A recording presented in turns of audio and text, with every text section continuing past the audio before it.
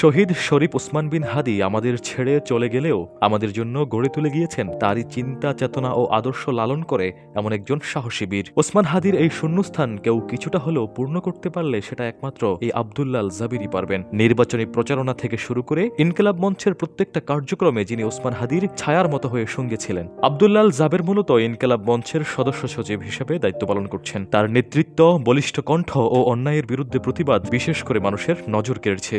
আব্দুল্লাহ আল জাবের শুধু ওসমান হাদীর সহকর্মী ছিলেন না, বরং ছিলেন তার বিশ্বস্ত বন্ধু। ওসমান হাদী জীবিত থাকাকালীন তিনি নিজেও বলেছিলেন তার পছন্দের দুজন মানুষের মধ্যে একজন হচ্ছেন আব্দুল্লাহ আল জাবের। দুজন দুজনকে কতটা ভালোবাসতেন, বিশ্বাস করতেন তার একটা নমুনা হচ্ছে একদিন আব্দুল্লাহ আল জাবের তার অনেকগুলো কাপড় চোপড় ধোয়ার উদ্দেশ্যে ভিজিয়ে রেখেছিলেন, কিন্তু সারাদিনের কর্মব্যস্ততায় সেগুলো ধোয়ার সময় পাননি তিনি। ওসমান হাদী যখন ওয়াশরুমে গিয়ে সেই কাপড় চোপড়গুলো দেখলেন, তিনি নিজ হাতে আব্দুল্লাহ আল জুবাইরের সেই কাপড় চোপড়গুলো ধুয়ে দিলেন এবং শুকাতে দিলেন। আব্দুল্লাহ আল জাবের বলেন, আমি দীর্ঘ সময় পর্যন্ত ওয়াশরুমের বাইরে দাঁড়িয়ে হাদী ভাইয়ের জন্য অপেক্ষা করছিলাম। প্রায় আধ ঘন্টা পার হবার পর হাদী ভাই আমার কাপড় চোপড় ধুয়ে বালতিতে করে নিজ হাতে শুকাতে দিলেন। এমনকি এক রাতে আমি দেখলাম হাদী ভাই বালিশ ছাড়া ফ্লোরে ঘুমিয়ে আছেন। আমি আমার মাথার নিচের বালিশটা হাদী ভাইয়ের মাথার নিচে দিয়ে আমি তার পাশেই ফ্লোরে ঘুমিয়ে গেলাম। সকালবেলা যখন আমি ঘুম থেকে উঠলাম, আমি দেখলাম যে বালিশটা রাতের বেলায় আমি হাদী ভাইয়ের মাথার নিচে রেখেছিলাম সেটা আমার মাথার নিচে, হাদী ভাই আমার পাশেই ফ্লোরে শুয়ে আছে। এই দুটো ঘটনাই প্রমাণ করে একে অন্যের প্রতি কতটা আন্তরিকতা ছিল।